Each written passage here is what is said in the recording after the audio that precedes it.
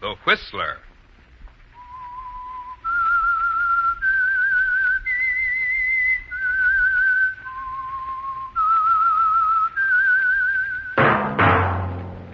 That whistle is your signal for the Whistler.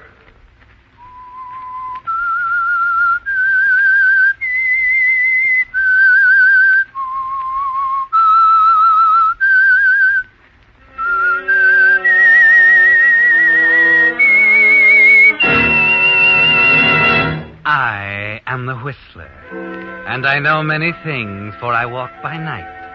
I know many strange tales hidden in the hearts of men and women who have stepped into the shadows. Yes, I know the nameless terrors of which they dare not speak.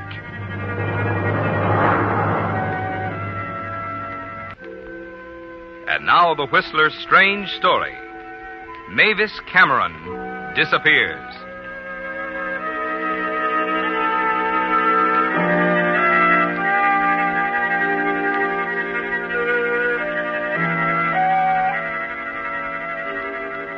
Mavis Cameron was one of thousands of American business girls, a filing clerk in the Fifth National Bank in Chicago. At 25, Mavis was rather pretty and had a pleasing singing voice.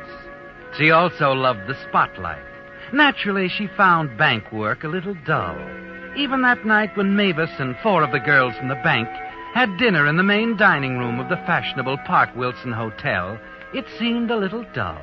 Until the after-dinner coffee was served. Then the MC of the floor show asked Mavis to sing a number, and she felt better. She felt still better following the outburst of applause at the conclusion of her number.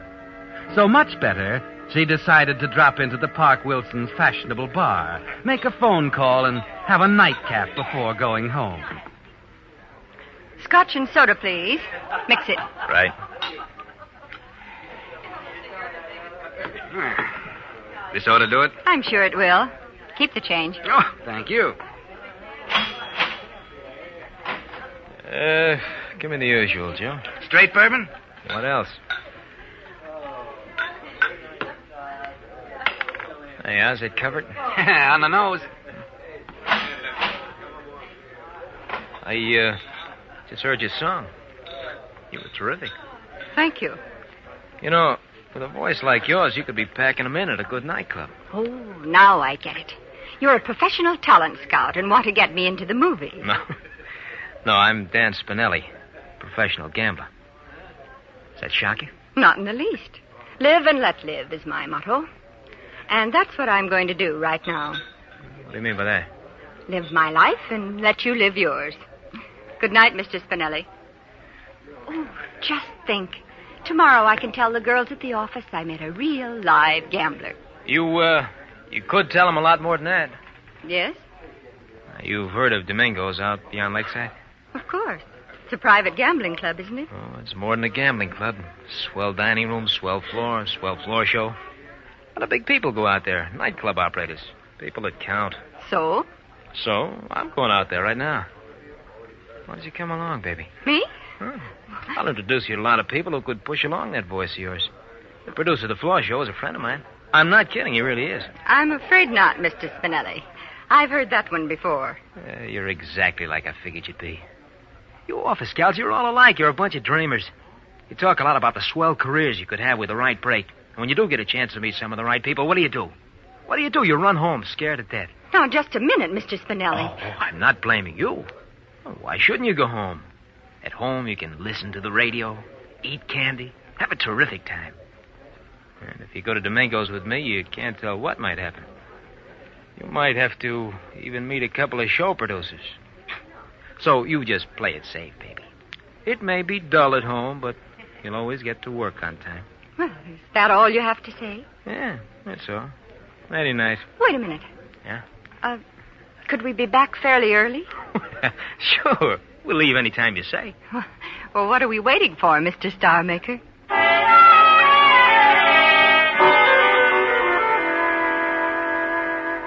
Spinelli used just the right approach, didn't he, Mavis? You know you're being a fool. At this time, you've gone too far. But as the hours pass, you tell yourself your fears are groundless. Dan treats you with perfect courtesy, and you're surprised at the number of prosperous-looking people he seems to know. You help him lose several $100s, then proceed to the rendezvous room and enjoy the floor show. Afterwards, you dance. Suddenly, you've had enough. Dan, would you mind if we sat the rest of this out? Oh, sure not. What's the matter, kid? You tired? Awfully tired. And I have to get up pretty early. Well, I always try to make a lady happy. Well, here we are. Go on, take the load off your feet. I'll order another drink. Oh, I don't think I want another drink. Do you mind if we leave now? Sure. I'll just finish this. When we'll be on our way, huh? Say, what's stuck a pin in you? Music? Yes. That song. Another guy? Another guy. My fiancé. He used to whistle it all the time. Every time I hear it, it gets me a little. Oh, what happened to him? He's still overseas. Pardon? Dr. Clint Rogers, M.D. Oh. He's been gone so long, you're getting a little lonesome, huh? I've been lonesome ever since he left. And do you know something? I've decided I don't want a career anymore. I just want to marry Clint. Well, too bad. We could have had a lot of fun, baby. Shall we go?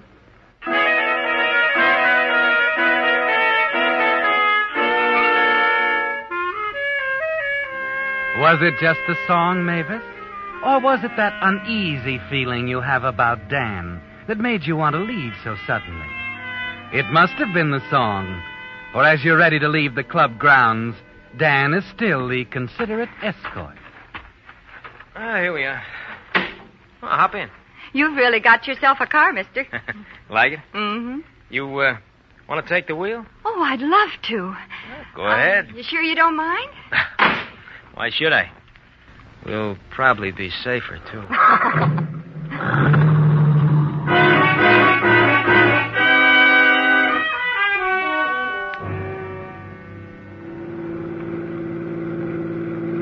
As you speed Dan's convertible toward the city limits in your tiny apartment, you're glad your reckless little adventure is nearing its end. Everything's been fine so far, but you can't throw off a feeling of uneasiness. For several miles, Dan says little, seems preoccupied, and you feel relieved when he breaks his rather strange silence. Oh, Mavis, you don't happen to have a couple of aspirin with you, do you? All of a sudden, I got a terrific headache. Oh, I'm terribly sorry, but I haven't any. Believe it or not, I've never had a headache in my life. You're lucky. Say, would you mind stopping for a minute at that sandwich shop up ahead? Maybe I can get some aspirin there. Well, I doubt it, but we'll give it a try. Say, my battery's down, so just keep the motor running while I'm gone, will you? This will only take a few seconds anyway. Well, it's your car.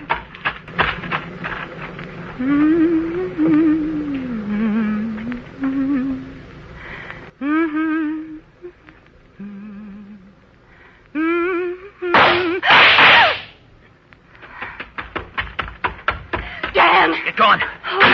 Dan, you shot someone. I said get going and get going fast. There's a gun in your ribs, baby. You just saw what happened to one guy that crossed me.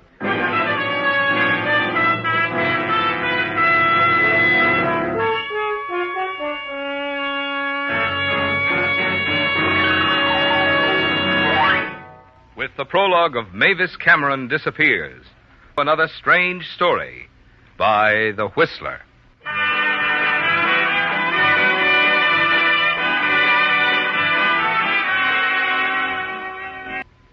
And now, back to The Whistler.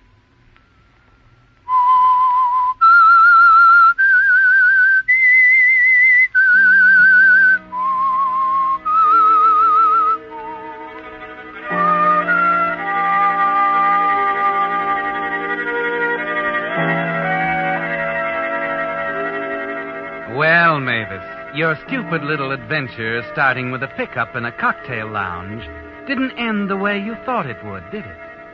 You didn't expect to be an involuntary accomplice in a hold-up and shooting, did you? For a few seconds, you're so dazed with shock you act like an automaton. Your handling of the car is instinctive, and finally, you find words.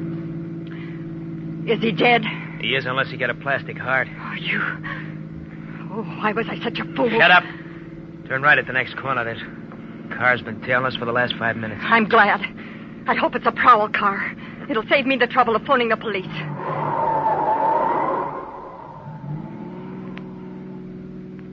Good. He didn't turn. Baby, you shouldn't have said what you did about phoning the cops. This is a pretty dark street, baby. It's after midnight. You would have a fatal accident. Not a soul in this whole world would know about that sandwich shop job except me. Oh, Dan, you wouldn't. Better pull over and park. We got a couple of things to talk over. Oh. Pull over, I said.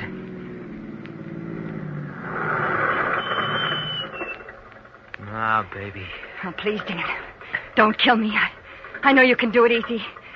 But I swear I'll never tell about tonight. That's the way you feel now. An hour from now, you'll feel different. No, I won't. I swear I won't. I'm making a deal with you, Dan, don't you see? I'm trading you my word for my life. I'll keep it, Dan. I swear I will. You don't have to kill me. Kill you? What makes you think I want to kill you? A gorgeous dish like you? Oh, no. No, I was thinking about marrying you, baby. You see, the law don't let wives testify against their husbands.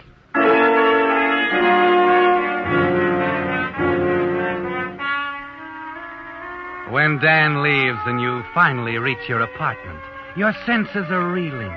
Your brain is spinning. You hear Dan's final words over and over again. I'll pick you up at 10 in the morning. Remember, you waited for me and drove the getaway car. That makes you guilty too, baby.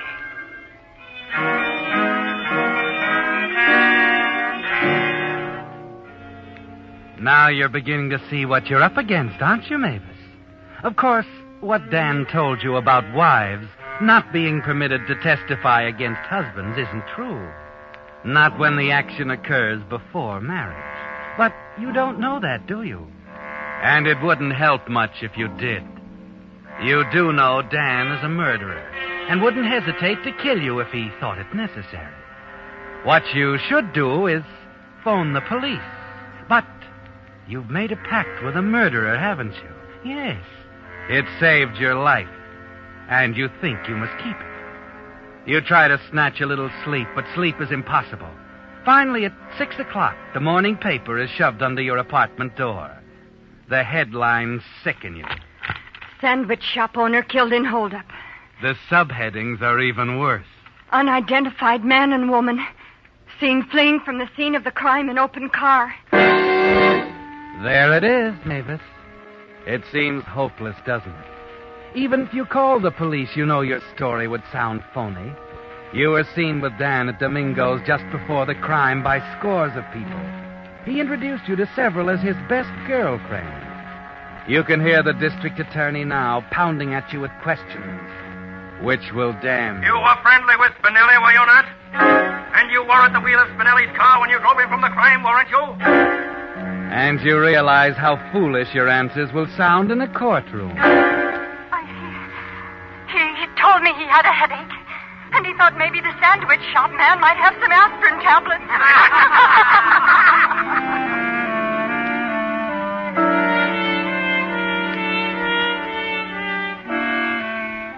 There's no way to turn, is there, Mavis? But frightened as you are, you're sure of two things. You'll never marry Dan, and you'll never allow your absent fiancé, Dr. Clint Rogers, to be remotely involved in your difficulty. It seems there's only one thing to do. Leave town, disappear, until things clear up. You've only 3 hours. It's 7 o'clock now, and Dan's due at 10. Not much time, but you're in a tough spot, and you quickly throw a few belongings into an overnight bag. At 9 o'clock, you're at the bank, where you make a hurried explanation of your unexpected departure and withdraw your savings. At 10, you're on an eastbound plane. 6 months later, you're featured singer at the Ten of Spades, a prosperous little night spot in Brooklyn, under the name of Doris Trent. That voice came in handy, didn't it, Mavis? I'd like to recommend a look in the Nicaragua. What a wonderful spot. There's coffee and bananas and the temperature hot. So take a trip and on a ship go sailing away across the agua to Managua, Nicaragua, ole.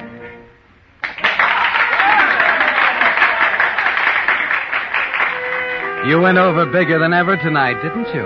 And Vern Wilson, the London musical comedy producer, and his secretary watched you closely. A few months in London would be a great help. You're pretty sure he was there just to catch your act. You're confident when you reach your dressing room, but as the minutes pass, you begin to wonder. Well, Mavis, nothing to worry about after all.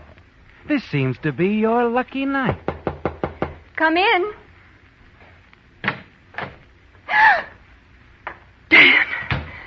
Well. Long time no see, Miss Trent. Doris Trent, I think the billing said. Well, now that you've found me, what's on your mind? That note to the police, written just after you left, telling all about that sandwich shop job. Gave the exact time, my name, the license number of my car, gave everything. You're the only one to do all that, baby. It wasn't me, Dan. Maybe not. I'll just never feel safe until we're married. And this time, I'm not taking any chances. We're going up to Connecticut tonight. 10 minutes, Doris. Thanks, Ernie. I've got to go on now, Dan. Let's talk this over in the morning. I said tonight. Go ahead. Go ahead, do your show. Only, baby, if you got any ideas about double-crossing me and calling them cops, you drove the getaway car, remember? In case anything serious happens to me, there's a written confession in my pocket telling exactly how you helped me pull a job. Go ahead. Go ahead, I'll wait for you here. You start down the hallway toward the powder room off stage. You finally realize what a fool you've been, what a coward. But you're not going to keep on being a fool, are you, Mavis? Not with that wall telephone just 5 steps ahead of you. Operator? Get me police headquarters. Quick. Just a moment, please. Hello? Police headquarters. Better hang up quick, baby, and I mean quick. I had a hunch you'd try to double-cross me. I figured I'd better keep my eye on you till the show was over. You should have looked around. Now I know for sure who wrote that note to the police. I told you I didn't write that note. You just tried to call the cops. So all of a sudden, I've lost interest in my wedding. We'll just go for a little ride instead. Come on, baby. Start walking. No, Dan, I'm not going. If I have to get shot, I'll take it right here. Let go my arm. Come here. What's going on here? Something wrong, Doris? This Yes. punk bothering Why, you? you... He is. He wants to date me. Tell him to leave, will you, Eddie? Maybe I'd better take him into the office and call the cops. You see Dan's hand tighten on the gun in his pocket. Be careful how you answer, Mavis. You can't let the club manager get hurt. He's been swell to you ever since the day you walked into the tennis spade. Oh, no, thanks, Eddie. There's no need for that. He's just another wolf. Tell him to leave. That's good enough. You heard what the lady said, Bub. Start traveling. Okay, Pop. Anything you say. I'll see the lady later.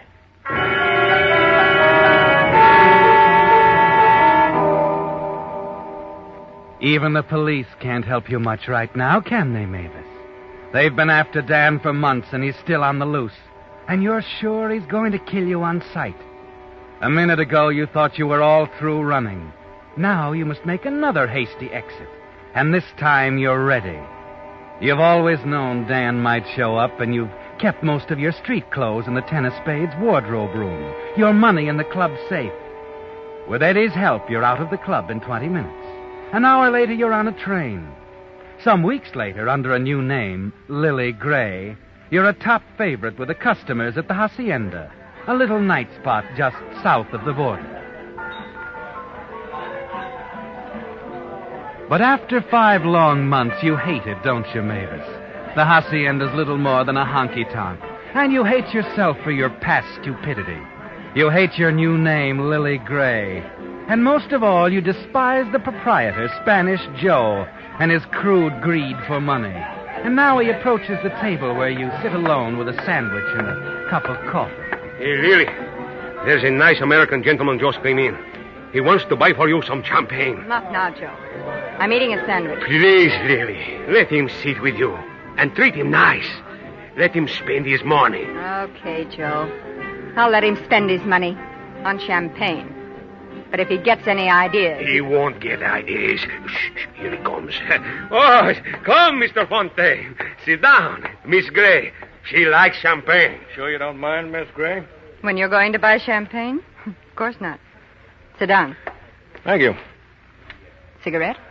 No, thanks.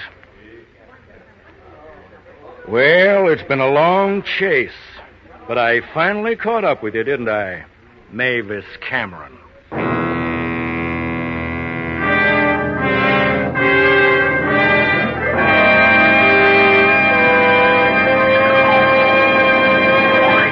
The Whistler will return in just a moment with the strange ending of tonight's story. And now, back to the Whistler.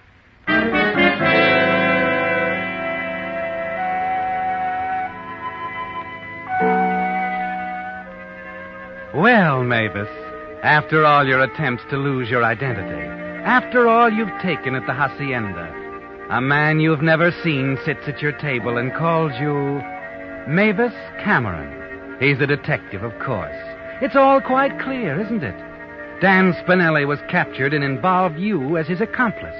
And now this man plans to take you back to Chicago to face a nasty trial with the cards stacked against you for a crime committed by another. And you're not going to be returned as a fugitive from justice if you can help it. Not after what you've been through. You've only one card left, Mavis. It's, funny you should call me Mavis Cameron. I was just thinking about her tonight before you came in. We used to work together in the same floor show. The customers used to mistake us for each other, too. Yeah, I'll bet they did.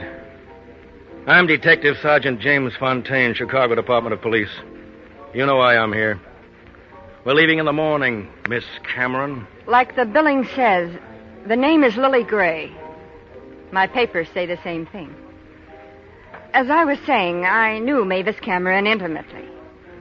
I'd like to tell you about her. I think it might help you solve your case. Sure. Go ahead. If it'll make you feel any better. The more you tell now, the less you'll have to tell later. There's not much to tell, really. Mavis Cameron was just a good kid that got a bad break. In love with one guy and scared to death of another. A hoodlum named Dan Spinelli. Go on. This is getting interesting. She went a little silly one night and let him pick her up in a cocktail bar. And they went night clubbing. On the way home, Spinelli tried to stick up a sandwich shop and killed the proprietor. Mavis drove the getaway car with a gun in her ribs. Okay. So the guy was a little rough. If she was innocent, why didn't she go to the police right afterward? Before they got home, Spinelli decided to kill her, too. She swore if he'd let her go, she'd keep quiet. And she did. That wasn't very smart. No, it wasn't. If she was innocent, why did she take a powder? Oh, didn't I tell you? Spinelli had another great idea, too. Since a wife can't testify against her husband, he gave her the choice of marrying him or else. You know, you talk a pretty fair game. Is that all you have to tell me? That's all. Cigarette? Thanks. Light?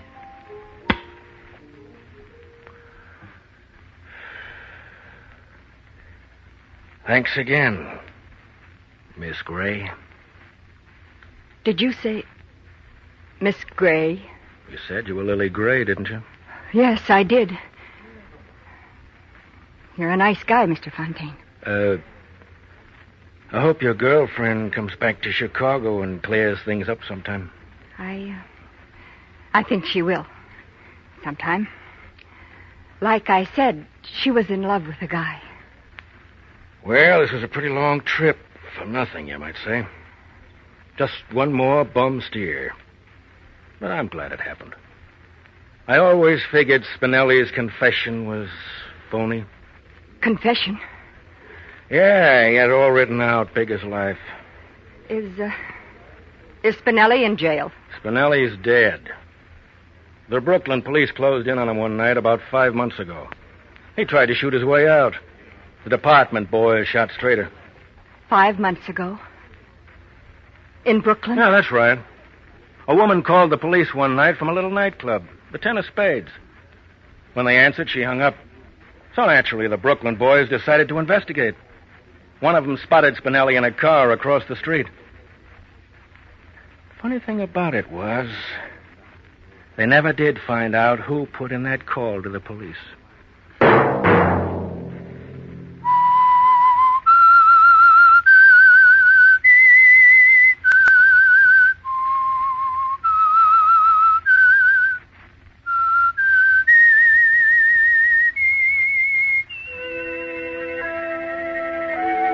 Let that whistle be your signal for the Whistler each Monday at 9. Featured in tonight's story were Isabel Jewell and Tony Barrett. The Whistler was produced by George W. Allen with story by Edward Bloodworth, music by Wilbur Hatch. This is Marvin Miller speaking. This is CBS, the Columbia Broadcasting System.